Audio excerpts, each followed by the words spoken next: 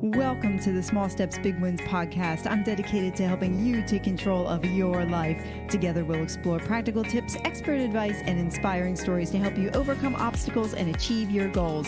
Making small changes is possible and can lead to big results. Are you ready? Let's go do this. Good. Well, Teresa, I'm glad you're here. You know what? I have to tell you, you wound up on Austin Linney's podcast. And I almost fell off my chair because I know Austin. That's so funny. And I was like, and so I texted him. I'm like, yo, you have Teresa on your podcast. She's coming on my podcast in a couple weeks. He's so like, good. Oh, small world. And then I made the connection. It's like, oh, it was you, me, and Mandy McAllister, and he knows Mandy. So that's how I was introduced. It was good fun. It was really nice to chat to him.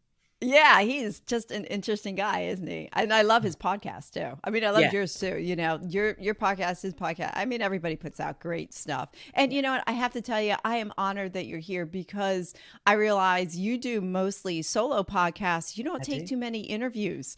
So I feel very special and honored that you are joining me. And Teresa, I'm going to let you start your story and give whatever background you would like. My pleasure. So I'm Teresa Heath-Wearing, and as it stands today, I am a business and mindset coach, and I help business owners who have online businesses because I have an online business. So many, many years ago, about, oh gosh, how many years now? I bet we're almost like 19 years. I did a degree in marketing, and I spent 10 years in marketing doing all the different roles you can imagine, working for teeny tiny companies, right the way up to huge companies like corporate marketing for Land Rover UK. So I kind of did it all. There wasn't, in those 10 years, there wasn't much I hadn't done from a marketing point of view, like ridiculous stuff like fax marketing. I mean, fax marketing, that is hilarious. And things like TV advertising and events and every type of online thing. But online wasn't really a thing. Like, especially when I did my degree, it absolutely wasn't a thing. And then in the 10 years that I was in marketing, it was only kind of, I think, really getting into its own sort of, I don't know, in the last sort of 4 or 5 years of that. So when I started my own business, which happened in a very unique way, so I was always employed, very happy to be employed. I joke I was a good employee. I used to like being patted on the head and told I'd done a good job. And don't we all? and I think actually there is something about that, about having someone say, well done, you've done a great job. It's so lovely. And that's one of the things I do miss as a business owner. But I was working for an agency. I was head of marketing for an agency, for a marketing agency. And I went through a bit of a change in my life. So basically, my husband at the time and I separated and later divorced. And I had a 4-year-old. And I ended up being a single parent to a 4-year-old. And I decided that one day I went out and I was having a night out with a friend, and my boss was out separately. And we both ended up drinking a bit too much, bumping into each other and having a blazing row. Now, that is not me. Like, I am not that person. I would not do that. So I sat there and thought, something's wrong here. Like, that isn't ideal. So I decided to hand my notice in. And I thought, it'll be fine. I'm going to give her 8 weeks notice. And in those 8 weeks, I'm going to find another job because I'm very good at what I do. I've done it for 10 years. Forgetting that where I live in England, in Shropshire, it's a fairly small-ish kind of town, and they're not huge businesses with huge marketing budgets. And suddenly I was in the position of, I'd handed in my notice and I was looking for work, and there just wasn't any, or not any at the money I needed to earn to keep the roof over my head with my daughter, because I was on my own and I had a mortgage to pay. So someone approached me and said, would you help me with social media? And I was like, oh, I don't know. And they were like, well, you know, I'd pay you. Can you do it? And I was like, okay. And I gave them a kind of invoice or a quote, and they were like, yeah, great. Didn't even think about it. And I was a bit like, what if I could get like another 5 people to give me this? I would pay my salary. So it was like I had this thought in my head, and then suddenly, by some miraculous weirdness, my boss got the inkling that I might be starting my own business and asked me to leave. So wow. I had at that point 1 month's salary that was owed to me. I had no savings. I had no partner. I have parents, but they weren't rich. So literally, other than 1 month's salary, I had nothing and I had to start earning money. So I did what I guess I had no choice in doing, but went out there and hustled and found myself clients and started to build what turned into a marketing agency. So I created this business. I was consulting for people. We were doing things for people. And after about a year or so of doing it and working my backside off. Now, I always worked hard. I was one of these employees that always did over my hours, always, tried really hard. But I'd never worked as hard as I work when I have my own business. And I was doing that and I was looking after my daughter, who, like I said, was like 4 at this point. She'd just started school and I was exhausted. And I realized I'd built myself this business that I hated, that I'd had, instead of having like one boss, I'd got all these clients who were now my boss. They expected to have access to me 24/7, even though they didn't pay me for 24/7. And I was miserable and I was exhausted. And I started looking at the online world, and I'd been doing some courses online because I wanted to make sure, complete imposter syndrome. Like, I'd been doing marketing for 10 years, and then suddenly in my own business, I'm like, oh, I obviously don't know anything about marketing. So I started doing all these online courses, then realized, yes, I do. And I started looking at the online world and I was like, this is really cool. And I started to get picked up for speaking, and I loved the speaking and I loved helping lots of businesses. And I started to think, what if I could do this? What if I could build an online business for myself? And some of the clients that we were helping, we were launching online businesses for them. I was consulting their launches. I knew exactly what to do, how to do it. Like, I just needed to go out there and do it myself. And it took an entire year from the point in which I built an online course for me to sell it, because I was so scared, because I had spent all this time telling other people how to do it, being successful for other people. And I was terrified. What if I put it out there and no one bought? What if I put it out there and someone bought and they thought it was terrible? What if I really didn't know what I was talking about? And it was terrifying. So I did a lot of work with some coaches and went through all the processes, which now I teach. And I launched my business, and I ended up sacking my clients and ending that part of the business and creating my own online business. And as we stand today, I have had my business over 9 years. I've had my online business for at least 6 or 7, must be 7, I think now. And I have a membership and courses, and I do one-to-one coaching. I get to speak on stages all around the world, and I absolutely love it. Oh my God. That is like the best story ever. First of all, small steps, big wins. Starting with nothing, you've got 1 month savings, and that's it. And you realized when you are backed into a corner, it's like you just go and perform. You just go do. So at that point, you're afraid, but then action trumps the fear. 100%. And look what happened when you didn't give in to the fear and said, okay, wait a minute, I have no other choice. And then you go forward and you do what you need to do. What I also love about your story, and I hope it's an encouragement to others as well, is that you started the first business and then you realized it's like, wait a minute, I'm burning myself out here. I didn't like it. You didn't like it. It was and that was your first failure. And I think as entrepreneurs, we just, we poo-poo the failure, but there was so much opportunity there for you. You learned so much, and it forced you to say, okay, wait a minute, I know I've got something here, but now I'm going to look at this differently. You have a little bit of coaching in there. You reached out to people. So all those small steps along the way, and they brought you to where you are today. Sometimes we look at entrepreneurship and we look at the things that people build and we're like, well, I want that in 6 months. Yeah. And it doesn't happen in 6 months. Sometimes it takes 6 years, Yeah. It doesn't happen overnight. And also, I remember thinking when I had the agency, I remember someone saying, an agency needs to look this way, or you need to build this thing, and you need, and I remember back in the day thinking, I want the big office. I want all the people. I want the bean bags. Like, I want the kind of pool table or whatever it was that was like the epitome of having a marketing agency.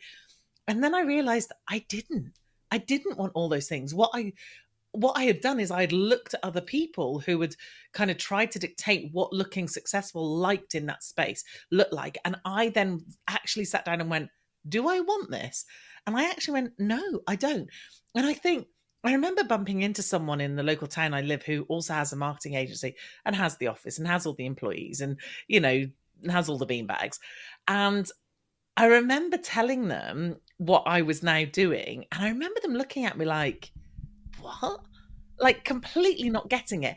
And I think probably a bit earlier, I would have been terrified to say that because I would have felt like I failed. Like I created this business and I didn't like it, or it wasn't successful, or obviously I've left that because I wasn't very good at it. But the thing was, I was so sure at that point who I was and what I was doing and what was really important to me. It made no difference to me what he thought.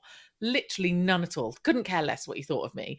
But I think there are so many people who take that step to get themselves into business and then they get stuck in something that they don't even like. So one of my very first questions when I coach people is if they say to me, I had someone come to me, she'd been working with another coach. She came to me and she was like, they said, I needed to set this thing up. I've set this thing up. And what do you think? And I was like, well, forget what I think. What do you think? And I said, do you like doing it? And she went, no. I went, okay. Second question. Do you make money doing it? She went, no. And I was like, why are we even having this conversation? Like, just, yeah. But it was that whole, I don't want to kill it because I look like I'm a failure at it. Well, it doesn't matter. It's no different to anybody else. Like I could have made more money having an agency. And my husband will sometimes joke now when he's like, he'll overhear some conversations. And obviously I'm coaching people at all different levels in their business. And he's like, you could go to corporate now and earn a ton of money for like half the amount of work that you do. And I'm like, yeah, but I wouldn't like it. Like I wouldn't enjoy it. And I think once you get so clear on who you are and what you love and how you want to show up, who cares what anybody else thinks? So the only thing that matters to me is I create something that I love. Yeah, that's an excellent point. How many of us wander around either stuck in a job we don't want to do, or we allow the outside influences to, dictate to us what we think we should do or what something should look like. And like you said, you had to do work to figure out like, why do I want this thing? What do I really want? Was that like an organic process for you, or did you have an aha moment where you went, wait a minute, everybody's telling me what they think I should think, but I'm going to do it this way?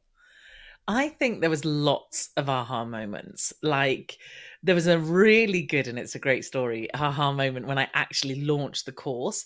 I had gone out to Laguna Beach for a mastermind that I was in. It was a very expensive mastermind. And I remember going there and there was probably about 80 people in the room. I mean, it was personally, I would never spend that money on something like that again, given the amount of people in the room. But anyway, we live and learn. So I'm sat in this room and it's in Laguna Beach. It's predominantly American people, which most of the people I looked up to were American. So I felt very intimidated. And I remember sitting there thinking, oh my goodness, like everyone in this room is so successful. What am I doing here? Who am I? Like, obviously what it was imposter syndrome. I didn't know what it was then. This was years and years and years ago. And I wanted to get the guy whose mastermind it was on my podcast, and part of my tactic was he needs to know who I am. So what I need to do is ask him a question. But the day before, it was like a 3-day conference. The day before, like anyone that asked him a question did a hot seat. And I was like, I do not want to do a hot seat in front of these people. Like, no, thank you. So the next day we start off the day and he's like, okay, key takeaways from yesterday. And he'd got one of these like cubes microphone that was like foam, and he would throw it and someone would hold it and go, my key takeaway from yesterday was, and then he'd go, great, throw it to someone else. So I thought, this is my chance. And I'm always sat front and center at a conference, a big conference, always sat front and center looking at the speaker. I thought, this is my chance to speak. I'm British. I'll stand out. Hopefully he'll remember me when I speak to him later. So I have my hand up. He says, throw it to her. He throws me, or they throw me the cube microphone. I catch it. That's the first scary thing. Someone throwing you something while everyone's watching. Like, there's no way I'm going to catch this. Anyway, caught it. He said, what was your key takeaway from yesterday? And I said that I'm not showing up as the CEO as I should be for my business. I get ready to throw it again. And he goes, why? And I sit, and I'm like, no, this isn't how this works. Like, you're not meant to ask me why. You're meant to just go throw the thing. And I said, well, I have this little course that I've done and I've not sold it yet. And he's like, hang on a minute. Listen, like, first I've just listened to your language, this little course. Anyway, so we carry on talking. He's asking me the question and he's like, why haven't you sold it? And I was like, well, it's not the right time. And I probably need to improve this. And I probably need to change the tech here. Like every flipping excuse I could think of. And he's rightly kind of called me out and he's like, no, really, why haven't you sold it? And what you need to know is as he's doing this, he's walking round the back of the room, which means I am now turned and faced the room. So not only is he like giving me this hot seat, which I don't want, but he's now making me face all of them as I'm doing it. And I'm like, okay, well, I guess I'm a bit, worried. What if I sell it and no one buys it? And what if this and what if this? And so we have this conversation and he said, so you're scared of failing? And I was like, yeah, I think I am. And he said, okay. He said, so how many have you sold so far? And I was thinking, this 10-minute conversation we just had, I've told you. I was like, I've sold none. He said, oh, so you failed already then? And I was just like, ugh. Like literally someone punched me in the stomach. Yeah. I had failed already. My biggest fear was no one would buy. Well, no one was buying. No one bought because you didn't launch it. Oh my gosh. Oh so my gosh. That was the point. I thought there's something in this mindset stuff. And then from then it was like next thing, until eventually in the last few years, I've been not only taken on all those things, changed my business and who I am, but also put together a framework to help other people do the same. Beautiful. I love it. It's amazing when you have those mindset shifts and you just break through those limiting beliefs. Either you do it yourself or you have somebody do it for you. Because I was going to ask you about limiting beliefs. Do you still struggle with them today? And how do you combat your limiting beliefs? I think like when you do this mindset work and when you do personal development work, I think you think that I'm going to get to a point and I'm going to be fixed. Like I'm never going to have a problem again. I'm never going to worry about it. I won't have imposter syndrome. I won't have. You mean it doesn't work that way? Unfortunately, not so. I'm sorry to disappoint you, but it. Oh darn! I thought it was one and done. And honestly, we joke, but people do. They really, really do. Or they think we walk around in this really like blissful, amazing life where we're so grateful for everything all the time and everything is just so aligned with us. That isn't true. Like tough things still come our way. Things still come and knock us over. The difference now is that I pick myself up and I move direction much faster than I would have done. So I still have limiting beliefs. I still have moments of this isn't going to work. What the hell am I thinking? And literally, like I can give you an example from last week when I had them, the difference is the limiting belief changes itself as in what you believe, because obviously when you do something, you move forward and you don't have that limiting belief. But then what will happen is something else is coming for you. So you might not have the same limiting beliefs as I had 2-3 years ago because I've passed that now, but I have new ones.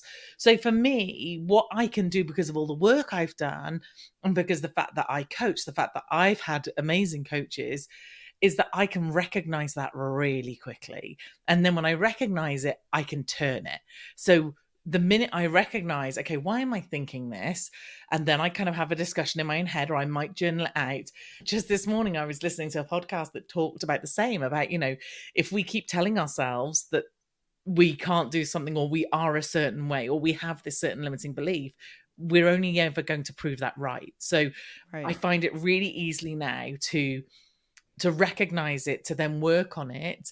And some of the things that I do to work on it is I look for proof other than the belief that I've got. So this thing isn't going to sell. Okay, well, has nothing ever sold, or has no one ever sold a course like this, or a membership like this, or has no one ever gone from this point in their life to this point in their life? Well, no, we know that's not true. We know there are people out there doing it. So that's the thing. It's the whole thing of when you buy a car, when you're thinking of buying a car and it's a blue Audi RS3 or whatever it is, which is just the one my husband was talking about the other day. Now, I am likely to see blue Audi RS3s everywhere I look. Now, it's not that suddenly they released a few more just to get me to buy one. It's the fact that my brain is now geared up to look for it. So in the same way as if I thought to myself at the beginning of the day, I'm going to have an awful day today and it's going to be terrible, and I've got call after call after call and I'm going to be exhausted. Well, all it's going to do is prove me right. Whereas if I try and change that belief and go, okay, this is going to be brilliant, or this is how I want to think, or and at the time, sometimes we can't make ourselves kind of bring in those thoughts easily. So we have to actually go, who do I know that proves me wrong? You know, one I used to use all the time before I became a speaker was, I live in a larger body and I didn't see many people on stage who looked like me. I didn't see many people who, I went to conferences and they were always slim and stunning and like beautiful humans. And I used to look at them and think, there isn't people like me on there. And then I used to have to say to myself, is there no one on this earth that has ever been successful who lives in a larger body? And, you know, there's this woman who you may not have heard of, like called Oprah, who, you know, she's done all right, so I believe. Like, she's got a bit of money, she's quite successful, and she has lived in a larger body. And it's like, so that's proof then. So we can just get rid of that limiting belief and move that to one side. And then also kind of like thinking about one thing that we've been doing some work on recently as well in my group coaching is, because some of the things we do is we kind of set our lives up based on what we believe. So if I believed that the only way that I could speak on stages was if I was a skinny size 0, then what would I do differently if I was? So asking yourself, so, okay, if that's the thing that's stopping me, that's holding me back, whatever the thing is that's holding you back, whatever the limiting belief is that's holding you back, think to yourself, okay, well, if that wasn't there anymore, what would I do differently? How would I show up differently? If I knew I couldn't fail and loads of people would buy my thing, how would I show up differently? And then actually write that down. I find all these things so useful when you physically write them. Write that thing down. And I did this exercise in my group coaching the other day, and I was like, okay, what's the one thing that's holding you back? Okay, if that thing was no longer there, how would you act differently? And now, how can you start doing that today? Like, you know, so I just want to capture that a minute. It's like what we tell ourselves really does matter. And people don't think that self-talk produces something. And I was just reading, there's a great book out there called What Do You Say to Yourself? I think that's what the name of it is. It has a longer title. But anyway, it was talking about, you know, if you tell yourself all the time, oh, I'm clumsy, well, then you're going to be clumsy. You know, if you tell yourself I'm not clumsy, then, you know, the brain will start believing that. Here's the fascinating thing about the neuroscience is that the brain doesn't know the difference. No. The brain doesn't know the difference. When I read that, I had that aha moment, and that's backed by neuroscience. It's not just, you know, me making it up, but the brain doesn't know the difference. Do you find with the people that you work with, when they put things, or when you put things on paper, they seem to dissipate? They're not as intimidating, or you look at it differently? 100%. One of the books that I highly recommend is the Chimp Paradox by Professor Steve Peters. And one thing that he talks about is that we have this chimp element in our brain that basically is all the emotional side of us. Like, it's the fight or flight, it's the, you know, fear, it's the emotion, and then we have the human side of us that is the kind of more logical thinking. So if you are making dinner and your partner's due home and they're late, the chimp would be like, God, they're such an idiot. I can't believe I bothered to get dinner ready. I'm going to give it to the dog. I'm so angry that they're late. I bet they stayed at work. Da, da, da. Whereas the human, the more logical brain would go, oh, I hope everything's okay. Those, you know, I feel so sorry for them. They must have been late and they must be frustrated and blah, blah, blah, blah, blah. So what happens is normally we try and silence the chimp, okay? Because we don't want all these kind of aggressive or angry or, you know, upset thoughts in our head. But the problem is the chimp is so powerful, like way more powerful than the human. So what we do, and one of the things that I practice with the people I work with, is writing down what the chimp has to say, right? So one of the best things that ever worked for me was when I first got together with my now husband. He had a daughter. I have a stepdaughter who was 15, right? So you can imagine a woman walking into a life with a 15-year-old stepdaughter, it was hell on earth. Mm. And we were constantly challenged. And I remember my coach at the time was saying to me about journaling and doing all this. It was an absolute God save. So every day when something went wrong or when she behaved in a way we didn't like, I would journal and I would let that chimp go wild. And I would write down everything. And believe me, if anybody ever found these journals, they would look at me in a different light.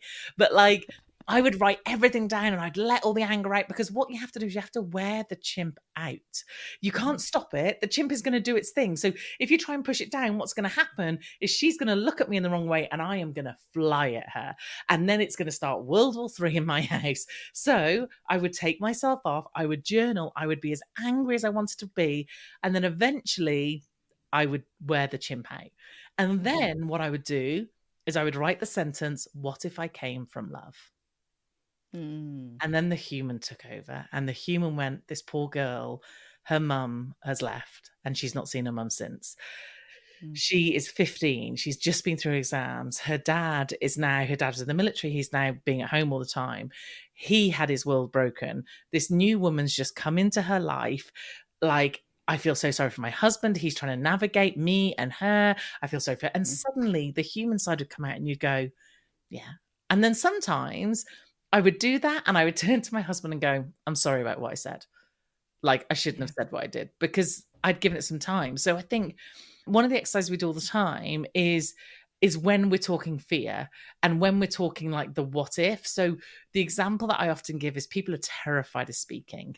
And you know what? Some people, you don't have to speak on stage. That's fine. But if some people want to, but the fear is holding them back, what we do is we let that chimp go mad. Because normally we're like, oh, don't talk about those things that might go wrong. I don't want to know. So we let the chimp tell us all the stuff that can go wrong. So on one side of the paper, I get them to write everything down. So I might fall over on stage. That's always my fear, that I'll trip. I'll forget my words. The tech won't work. I'll go too many times. Someone in the audience might know more than me. The other one that I used to fear all the time is I'll pee my pants. Right? I would be so nervous that I would genuinely think, I'm going to oh my gosh, stage, right? So, like, my podcast fears are I'll talk too much. Yeah, like, or I'll say too many times, or you know. So write all that down. Let yourself go. This might happen, and then on the other side of the piece of paper, next to each one of them, write down, what would I do about it? So I trip up as I get onto the stage. What would I do about it? I'd be flipping embarrassed, but I'd probably laugh it off and they wouldn't forget me, that's for sure. But would I die? No. Would anything horrific happen? No. I forget my words. Well, no one knows what I'm going to say, for starters. So they don't know you forgot it.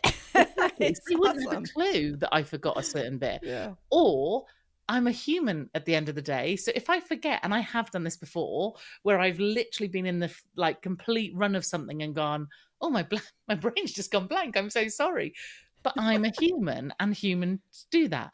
What if I say and too many times? Well, I do. And it is what it is. No one's going to think I'm an idiot.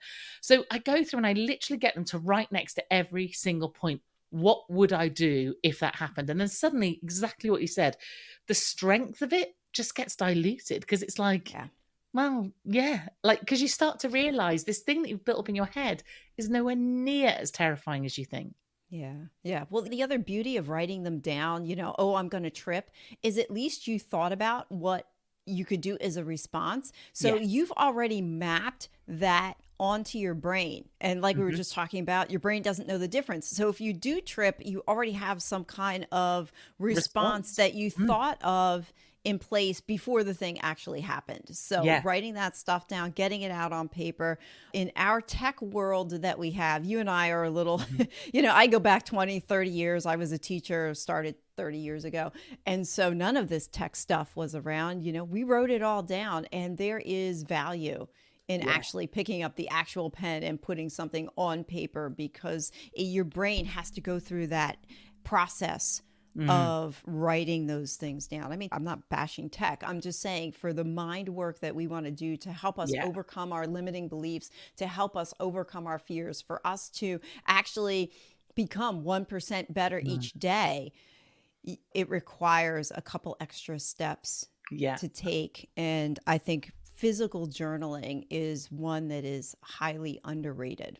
And honestly, it's been a game changer for me, an absolute game changer. And Me as I've well. been going through some stuff personally this year that will at some point be documented and talked about. But if I hadn't have had my journal where I could honestly go through and write it down. And the other good thing, not all journaling and not everyone wants to go back and read journals, and some of them shouldn't be read. Like some of them should just be maybe that you can write and get rid of it. But actually, one thing that's been really lovely for me in this journey I've been going through is the fact that I have journaled and I can go back and, so let's say you'd got yourself into some bad habits and you journaled while you were doing those bad habits and then you get yourself out of them. It's a really good thing to go back and read like what you felt when you were in those bad habits, like when life was a certain way. So you can remind yourself, that's where I was. Look how far I've come. So for me, it has so many other things, not only just the whole proof of, if you write a goal down, it's more likely to come to fruition. If you, write with a pen and paper, it does something different in your brain than if you were to type. So there is some absolute science behind it. But I think for me, like when someone says, what's the one thing I can do? Journaling for me is huge. I want to go back to earlier when we were talking about people from the outside having thoughts and talking to you about what to do or not to do, and you in your own voice. How did you eventually say, you know what, this is outside noise. Okay, thank you, but I'm going to do this myself. How did you make that transition to quiet what was out there and being able to differentiate between, okay, that's a good idea, maybe I'll take this or that. No, that's not a good idea, as opposed to having every idea on you, and it's like, oh yeah, I got to take all of this. Can you talk a little bit about your process? Yeah, and that is such a common thing, especially when people are new in business, because you don't know what else to do, and you automatically and understandably look to other people. And it's not that you should never look to other people, it's that you need that filter in your brain that goes, this is important, this isn't important.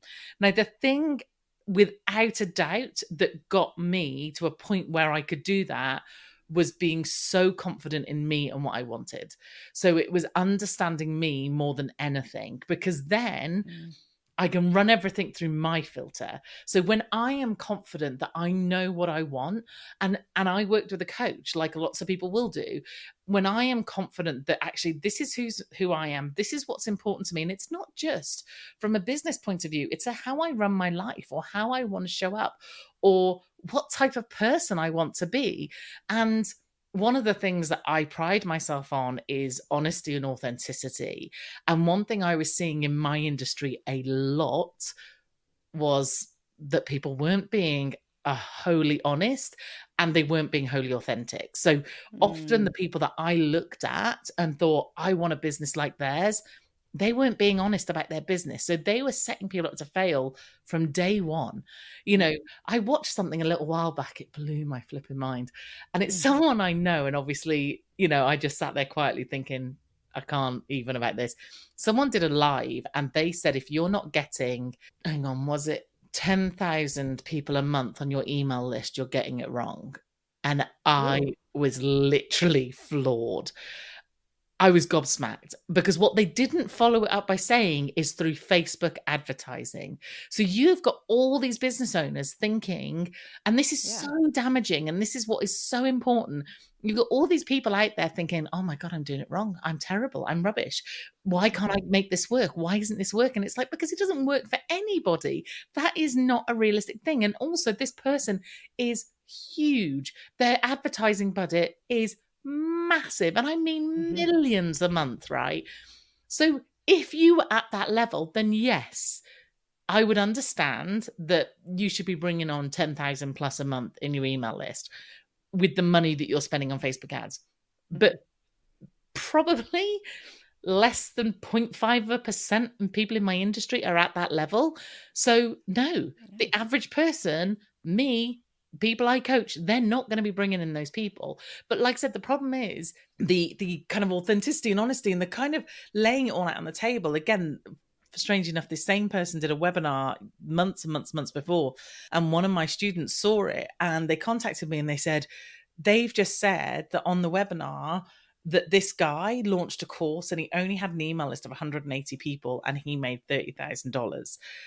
I was like, right. And he was like, well, my list isn't very big. I could do the same. And I'm like, they didn't tell you anything else.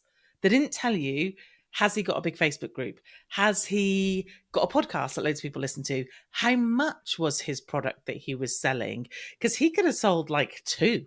It could have been 15 grand each. And if you said he sold and he sold it to 2 people, that doesn't sound as impressive as $30,000. And it's not that I'm saying they're not telling the truth. They're not telling the whole truth.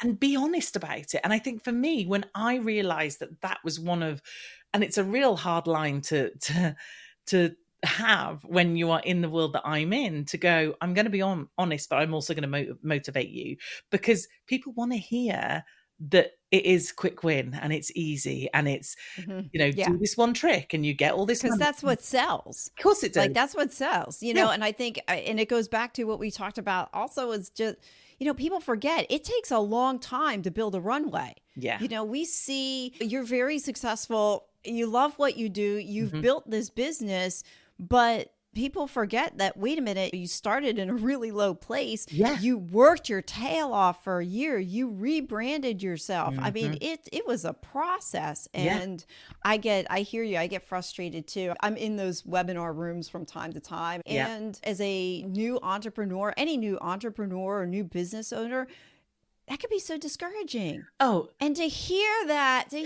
your brain gets mapped on it. And then what we talked about before, about what you say to yourself, and then you go down that road of, oh, well, I must be doing it all wrong. I must be worthless. I must be this. I must be that. And what I love about what you teach and what you talk about is you bring out people's individuality. You magnify, I don't know whether or not you realize it, but you magnify, like you said, authenticity, but you magnify, hey, be yourself. Yeah.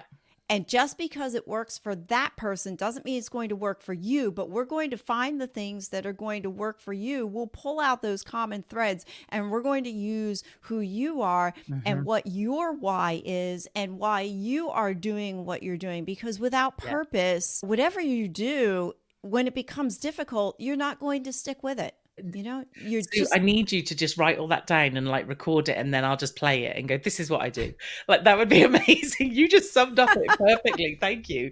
Oh, you're quite welcome. Yes. Yeah. I will definitely make it available to you. You're so right. And I think that for me, when you get clear on who you are, what you want, what's important to you, you can then take some information and go, no, not for me. And it's not it's not for me forever. It could be not for me right now. One thing that often used to come up was morning routines. Okay. Well, when I started my business, I had a 4-year-old and I was a single parent, right? Don't even talk to me about a morning routine. There's no miracle morning going on there. The miracle, you get up. The miracle was I woke up this morning. Yeah, exactly, right? So this is the thing. This is where sometimes this blanket kind of everybody do this is no, this doesn't work. And it's so for me now, I talk a lot about, well, this is what I did and this is what I do. If that works for you, great. If it doesn't, then like you said, we'll find something that does. So now, and also one of the things we talk about as well a lot in my world is your season of life. So my season of life now is very different from when I first got started. So I do have a morning routine. I have my habit tracker that's on my desk next to me where I track all these things that I want to do every day. And I'll meditate and I'll journal and I do the morning stuff because I have a 13-year-old who I don't have to take to school because she goes to a school that isn't by me. So I physically don't have to do that. I have my mornings to myself and I can do that. Whereas if she was little, when I had her when she was little, there was no way I could do that. So I think knowing who I am, what I'm doing, where I'm at, what's important to me right now, because like I said, some of my students that work with me, some of my one-to-one clients, they have young children. Well, 5-10 years time, their world will look very different from where it looks today. Absolutely. And that's great. We'll worry about that then. But so what's important now? And then you can start to go, okay, that's cool. I'm going to take that tiny bit, the rest I'll dismiss. But my coach said to me, she said, when you first got into this industry, I've worked with her for years. She said, when you first got into this industry, it's like you were trying to learn to play golf, right? And you looked at the next best player in my world, in my industry, and you saw how they were holding the golf club, and you saw that they were doing this with their hand, and you tried to replicate it exactly. And I did. Like, I literally looked at these people and thought, that's how I need to be. Then she said, you realized eventually when I got to the gist of like, actually, this isn't me. She goes, then when you realize, you're like, hang on a minute, I don't want to be like this. She goes, so then what you did is you completely reversed everything. She goes, and then it was almost like you were sat in the wrong place, hitting the ball in completely the wrong place. And that didn't work either. But then what I did was I worked out what works for me and who am I and how this works. And then, like I said, I didn't need to copy what people did. I could listen to an idea and think, oh, that's a cool idea. Does that fit with me? Like, it saves you getting distracted. When you know what your goal is, when you know what you're working towards and why you're doing it, you don't get those shiny objects. They do come along, but you don't get as swayed by them, because you can go, well, does this fit with where I am and what I'm doing right now? And if it does, great, let's do it. If it doesn't, then that can pause, and someone else can be wildly successful using that strategy. And that's awesome for them. It doesn't mean it's going to be the same for me. And, again, like you said, webinars, I've been on a million webinars. I've done a million, not million, obviously, it's a slight exaggeration there. Yeah. I have done a ton of webinars. I've watched a ton of webinars.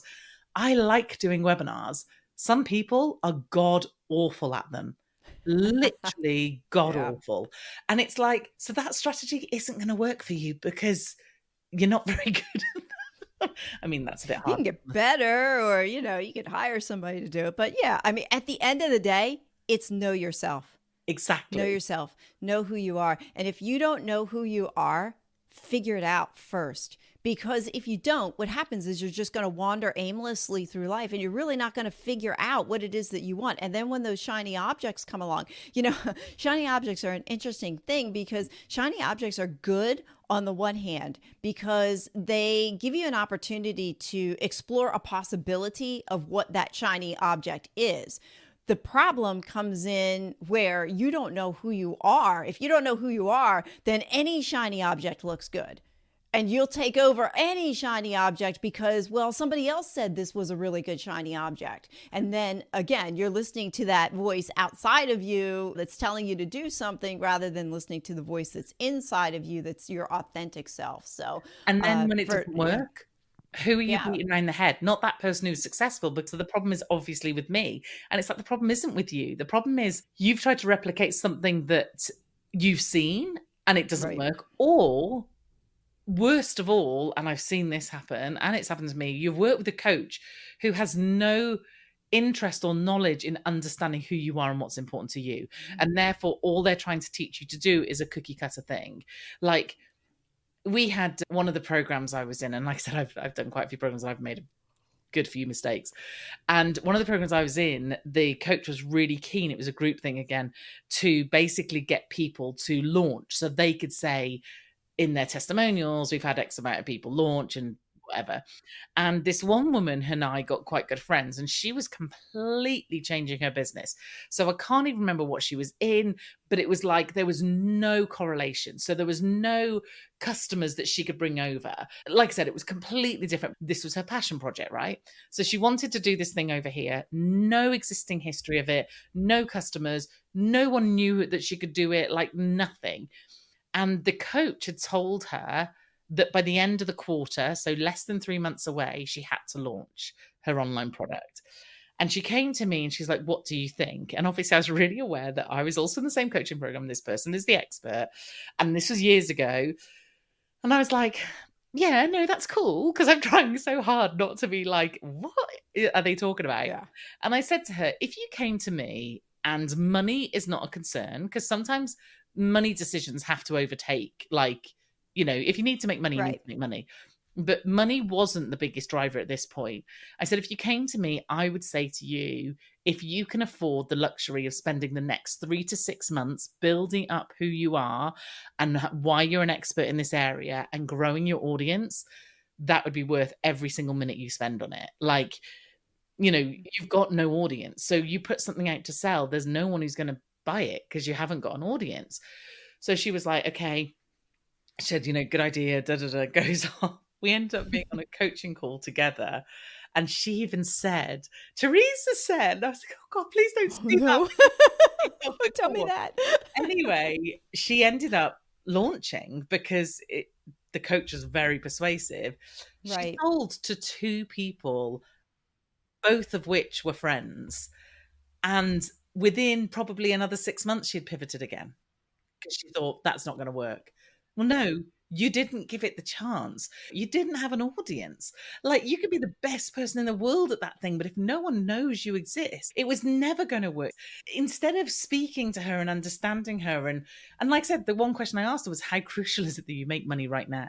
Like, because that would have changed my answer. But this is the problem. I think, if you're not super clear and the coach you're working with is more interested in their own agenda than yours, then there's a problem. And, you need to kind of get clear on who you are for that. I think coaching is something that people have to really dig into and figure out why you want to coach and what kind of coach you want. Mm-hmm. I hired a coach not too long ago. It took me 4 months. And it's not that I didn't want you for my coach. I'm at, like you were just talking about before, seasons. I'm at a particular mm-hmm. stage in my journey that for me to hire you right now is not, I'm not there yet. Yeah. I needed to back up a little bit. I hired a coach to help me get me out of my own way and to find my why and to figure out what's going on inside my head. I needed that first. Yeah. And I think if you wander aimlessly from coach to coach, chances are you're not taking the time to dig in to find that person who actually is going to help you get from point A to point B. Mm-hmm. I think we get, there's coaching shiny object syndrome out there because there's so many of them. Take a minute, talk about what you've created, because you've created a lot of stuff. What do you have that it's going to help people out there that are thinking, wow, I really like listening to her. What does she have? So honestly, like, I have been in this game a long time, and I was talking to someone earlier about some client, and they were producing something, and I was like, oh, well, when I produced this, and I was like, God, this was good. Like, and it's so funny that you produce so much stuff over time that you're like, I forgot I had this. But basically, pretty much now what I do is I have my membership, my mastermind level membership, and one-to-one coaching. I'm currently finishing off on some courses that are going to be done after the summer, because I've realized that where last year I spent the entire year doing a coaching qualification, because like you said, there are a lot of coaches out there, and there are some really damaging coaches out there. And I wanted to make sure that I'd got all the strategic stuff. I've got all the marketing knowledge. I know how to run an online business and how to manage a team and do all the stuff to help people grow their online businesses. And I had a lot of the coaching stuff, but I wanted to make sure that I was really kind of doing it properly, I think, for me. So what I spend my time doing now is moving people forward. That's my objective. So whether it be strategically, whether it be a bit of mindset alongside some strategic stuff, whether it be the group stuff that helps them move forward. But for me, that's what makes me the happiest. See, even now, I am still reassessing who I am and what I like and what season of life I'm in. And whereas probably 2-3 years ago, I'd be selling this course and that course. And in fact, the courses I'm getting rid of are things like how to be creative on social media, how to build an email list. Like, I can do those things in my sleep, but they're not what's moving the needle for me or my clients right now. I'm actually in a position where people are coming to me that have an online business and they're trying to grow, because I think there are so many people bought into the online space who are like, oh, it's going to be this get rich quick. And it's like, so far from it. And then they create this thing, they might sell a few, and then they start to flounder and they get exhausted by it. And then they get like, do I really want this? And they start to lose faith because they were sold a dream that wasn't realistic. So for me, that's what I'm doing with people. I also have my podcast called Your Dream Business, which is solos now. I did interviews up until the end of last year, and then I just thought I would have a break and a change. But again, I might change it again because it's my business. I can do what the hell I like. That's right. And that's the beauty of entrepreneurship, isn't it? It's like you can pivot when you want, and it's good. And I think it's really good for those type of people, myself included, that you just, you have to have that change in there to keep life interesting. Because there are some people out there who can do the same job for 30 years and That they is not love it, me. and that's what they do.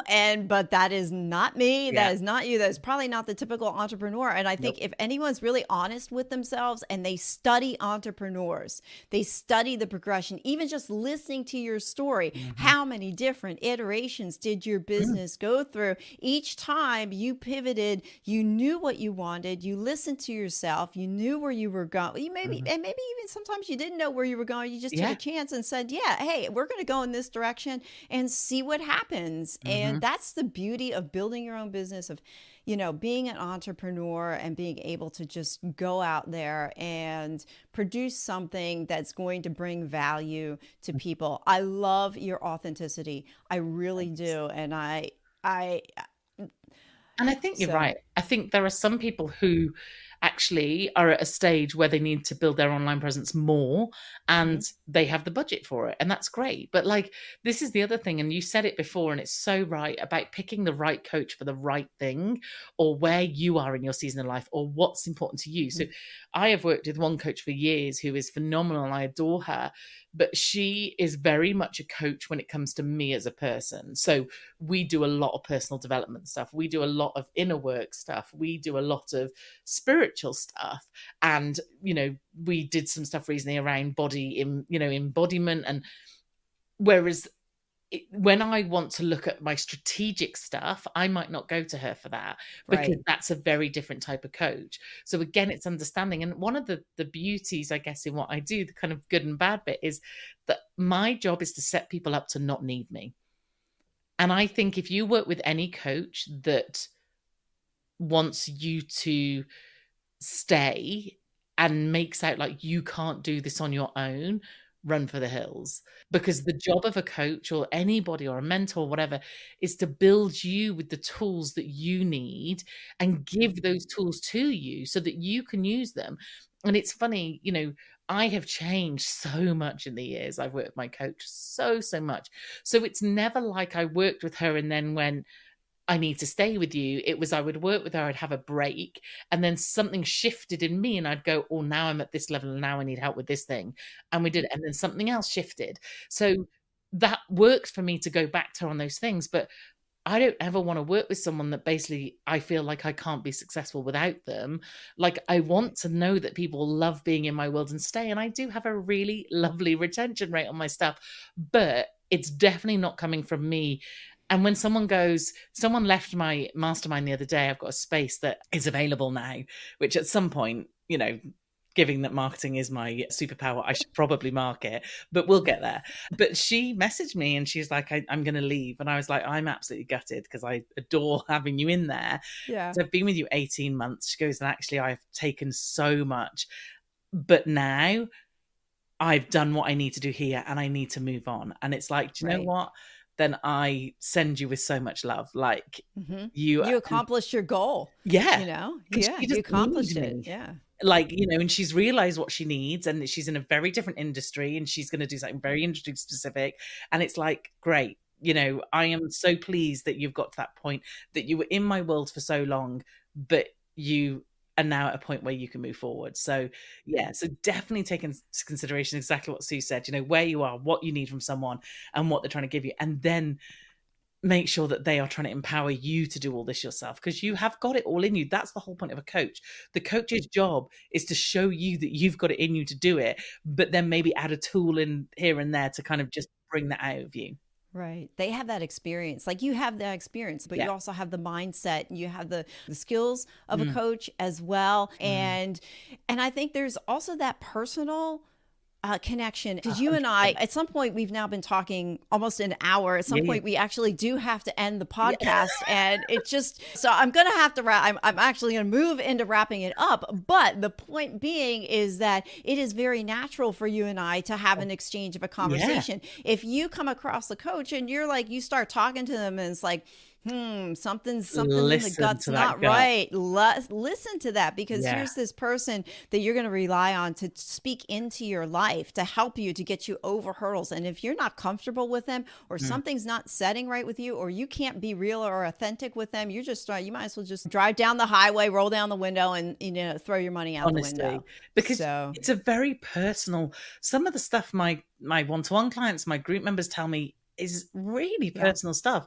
It requires a huge amount of vulnerability from them. And they only give me that because they know it's a safe space, and there's no judgment, and there's no looking at them like, oh, have you not got that sorted yet? But you said, if you can't do that, it's the same with a therapist.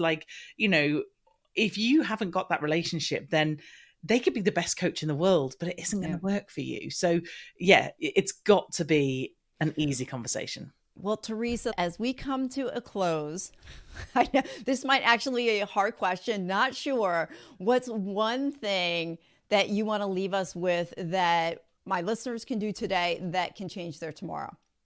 Okay, that is a great question. I'm just trying to think, given what we've been talking about. First thing that comes to mind. Okay, it's got to be to get clear on who they are and what's important to them. Everything else comes from that. Once you know who you are and what you really want and what makes you happy and what you don't want to do, that's as crucial as knowing what you want to do. Then you can start to really think about, this is what I want, this is what I'm going for. And like you said, that gives you the motivation to do it, because otherwise you run out of energy really, really quickly. I was going to ask the question, what was your process to figure out what your why was? But then I just realized, if I ask that question, it's probably another 15 minutes. Exactly. That is the problem. I am the queen of talking. You can see now why I talk for a living, because I have talking. I love it. No, I love it. I would encourage people to go to your website, honestly, because I'm sure there's something there that can help people get unstuck. But yes, figure out the why. Why do I want this thing? What am I doing? Where am I going? And if you can't figure it out, hire a coach. Yeah, get some help to do that. Get some help to do that. Ask people around you, but don't sit in that stuck spot where I don't know what my why is, and then you sit there for the next 3, 4, 5, 6 months. It's not worth it. I mean, even more than that, and ended up spending money in places where you think they're going to fix you, or you think, oh, this is the next thing, or I need to do a course on YouTube, or I need to do a course on podcasting, or I need to do a course on this thing. And it's the money, although the cost of a coach can feel a huge amount of money, and it is a huge amount of money, actually the money you could save in the long run could be unbelievable. 100% agree. Totally. Absolutely. Well, Teresa, where can people reach out to you? How do you want people to find you? So if you go to teresaheathwearing.com, you will find everything there. You'll find a link to the podcast, which is called Your Dream Business, which is on episode 300 and something right now, which is insane. Congratulations. And then my favorite social media, although I'm on all of them, is Instagram. So come and find Teresa Heath-Wearing over there, and you'll find me over there. Don't ask me why, because I can't tell you, have quite a few people who set up fake accounts. So you might be better off going to my website to click through to my Instagram, because I don't know why. I obviously have a face that attracts people who want to make fake accounts. But yeah, there are quite a few of them, which is annoying. But anyway. Well, that's good to know. Honestly, I would not have thought of that. Yeah. It's a pain. I bet. Well, the price we pay. Well, for price we pay for our fame, I guess. in my dreams. Oh my gosh. Yeah, right. Well, thank you again. This has been lovely. I am looking forward, when you want, you come back on my podcast and we will continue the conversation. I would love it. Thank you, Sue. It's been wonderful. Same. Thank you for listening to another episode of the Small Steps, Big Wins podcast. I value your time with me, and I seek to make every moment count. In order to make lasting change in your life, listening is usually not enough. So I want to ask you, what practical steps are you going to put into action today as a result of listening to this podcast? Remember, any step, any action, no matter how small, starts your journey to a big win. And if you're not sure where to get started, check out my website, personalcoachfinder.com, and find someone who can help. Remember, life doesn't get better by chance, it gets better by choice. Take small steps today and make your life awesome, friends.